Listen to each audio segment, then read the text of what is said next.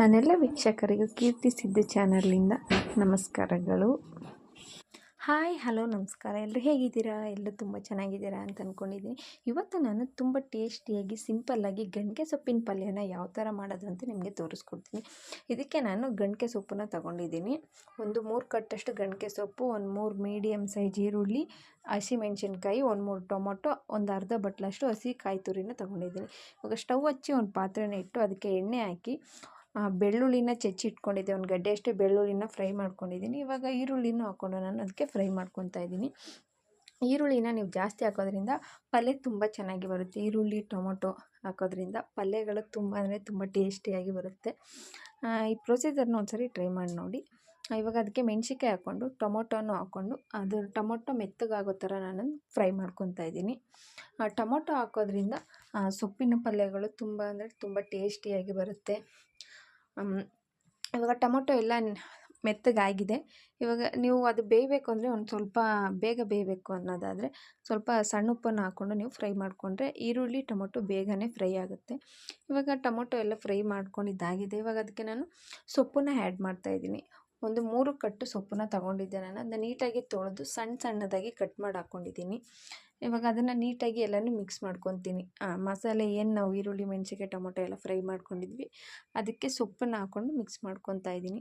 Mix ಮಾಡಿಕೊಂಡು ಒಂದು ಸ್ವಲ್ಪ ಹೊತ್ತು ಒಂದು 2 ನಿಮಿಷ ಅದನ್ನು ಬೇಯೋಕ್ಕೆ ಮುಚ್ಚಿಟ್ಬಿಟ್ರೆ ಅದು ಸ್ವಲ್ಪ ಹೊತ್ತು ಬೇಯ್ತದೆ. ಒಂದು ಅರ್ಧದಷ್ಟು ಬೆಂದಿರುತ್ತೆ. ಇದನ್ನು ನಾವು ಗಂಟೆ ಸೊಪ್ಪನ್ನು ತಿನ್ನೋದ್ರಿಂದ ಕೆಮ್ಮಿಗೆ ಒಳ್ಳೆಯದು. ಅದು ಕೆಮ್ಮನ್ನು ತೊಲಗಿಸುತ್ತೆ. ಮತ್ತು ಇದು ಹೆಲ್ತ್ ಬೆನಿಫಿಟ್ ಇದೆ ಇದರಲ್ಲಿ. ಇದರಿಂದ ಮಸೊಪ್ಪು ಸಾರು ಮಾಡ್ತಾರೆ. ಕಹಿ ಅಲ್ವಾ ಅಂತ ಅನ್ಬೋದು. ಇಲ್ಲ, ಅದು ಜಾಸ್ತಿ ಕಹಿ ಏನು ಅನಿಸಲ್ಲ ನಾವು ಸಾಂಬಾರು ಮಾಡಿದಾಗ. ಮತ್ತು ಈ ರೀತಿ ಪಲ್ಯಗಳನ್ನ ಡಿಫ್ರೆಂಟಾಗಿ ಮಾಡಿದಾಗ ಅದು ಕಹಿ ತೋರಿಸಲ್ಲ. ಮಕ್ಕಳು ತಿನ್ನಲ್ಲ ಅನ್ಬೋದು. ಯಾಕೆ ತಿನ್ನಲ್ಲ? ಈ ರೀತಿ ಮಾಡಿಕೊಡಿ, ಮಕ್ಕಳು ತಿಂತಾರೆ ಗೊತ್ತಾ. ಇವಾಗ ಅದು ಬೆಂದಿದ್ದಾಗಿದೆ. ಅದಕ್ಕೆ ನಾನು ಒಂದು 2 ಸ್ಪೂನಷ್ಟು ಖಾರದ ಪುಡಿನ ಹಾಕ್ತಾಯಿದ್ದೀನಿ. ಖಾರದ ಪುಡಿನ ಹಾಕ್ಬಿಟ್ಟು ಅದನ್ನು ನೀಟಾಗಿ ಮಿಕ್ಸ್ ಮಾಡ್ಕೋಬೇಕು. ನೀಟಾಗಿ ಮಿಕ್ಸ್ ಮಾಡ್ಕೊಂಡಿದ್ದಾದಮೇಲೆ ಇದಕ್ಕೆ ರುಚಿಗೆ ತಕ್ಕಷ್ಟು ಉಪ್ಪನ್ನು ಹಾಕಿ ಸ್ವಲ್ಪ ಹೊತ್ತು ಅದನ್ನು ಮುಚ್ಚಿ ಬೇಯಕ್ಕಿಡಬೇಕು.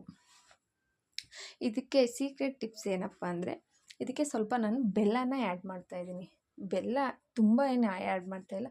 ಒಂದು ಚೂರು, ಒಂದು ಚಿಟಿಕೆಯಷ್ಟು ಬೆಲ್ಲನೇ ಯೂಸ್ ಮಾಡ್ತಾಯಿದ್ದೀನಿ. ಇಲ್ಲಾಂದರೆ ಒಂದು ಸ್ಪೂನಲ್ಲಿ ಟೀ ಸ್ಪೂನಲ್ಲಿ ಒಂದು ಸ್ಪೂನಷ್ಟು ಬೆಲ್ಲನ ಯೂಸ್ ಮಾಡ್ತಾಯಿದ್ದೀನಿ.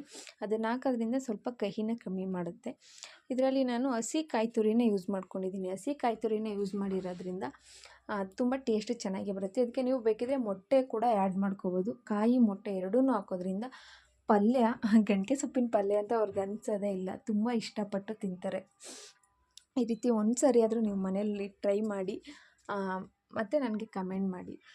ಯಾರೆಲ್ಲ ಹೊಸದಾಗಿ ನನ್ನ ಚಾನಲ್ ನೋಡ್ತಾಯಿದ್ರೆ ಪ್ಲೀಸ್ ಲೈಕ್ ಮಾಡಿ, ಶೇರ್ ಮಾಡಿ, ಕಮೆಂಟ್ ಮಾಡಿ, ಸಬ್ಸ್ಕ್ರೈಬ್ ಮಾಡ್ಕೊಂಡು ನೋಡಿ. ನೀವು ಸಬ್ಸ್ಕ್ರೈಬ್ ಮಾಡ್ಕೊಂಡು ನೋಡೋದ್ರಿಂದ ನಾನು ಏನೇ ಹೊಸ ಅಡುಗೆಗಳನ್ನ ಹಾಕಿದ್ರು ನಿಮಗೆ ಬೇಗನೆ ರೀಚ್ ಆಗುತ್ತೆ. ಅದಕ್ಕೋಸ್ಕರ ಇವಾಗ ಕಾಯೆಲ್ಲ ಹಾಕ್ಕೊಂಡು ನಾನು ನೀಟಾಗಿ ಮಿಕ್ಸ್ ಮಾಡ್ತಾಯಿದ್ದೀನಿ. ಕಾಯಿನ ಜೊತೆಗೆ ನೀವು ಮೊಟ್ಟೆನೂ ಹಾಕ್ಕೊಂಡು ಮಾಡಿ ಟೇಸ್ಟು ಡಿಫ್ರೆಂಟಾಗಿ ತುಂಬ ಚೆನ್ನಾಗಿ ಬರುತ್ತೆ. ಈಗ ಫೈನಲಿ ಗಂಟೆ ಸೊಪ್ಪಿನ ಪಲ್ಯ ರೆಡಿಯಾಗಿದೆ.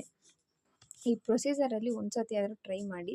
ತುಂಬ ಅಂದರೆ ತುಂಬ ಟೇಸ್ಟಿಯಾಗಿ ಬರುತ್ತೆ. ನೀವು ಮತ್ತೆ ಮಾಡ್ಕೊಂಡು ತಿಂತೀರಾ, ಅಷ್ಟು ಚೆನ್ನಾಗಿ ಬರುತ್ತೆ ಪಲ್ಯ ಅಂತೂ.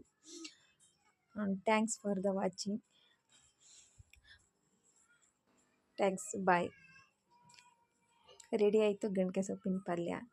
ಟ್ರೈ ಮಾಡಿ.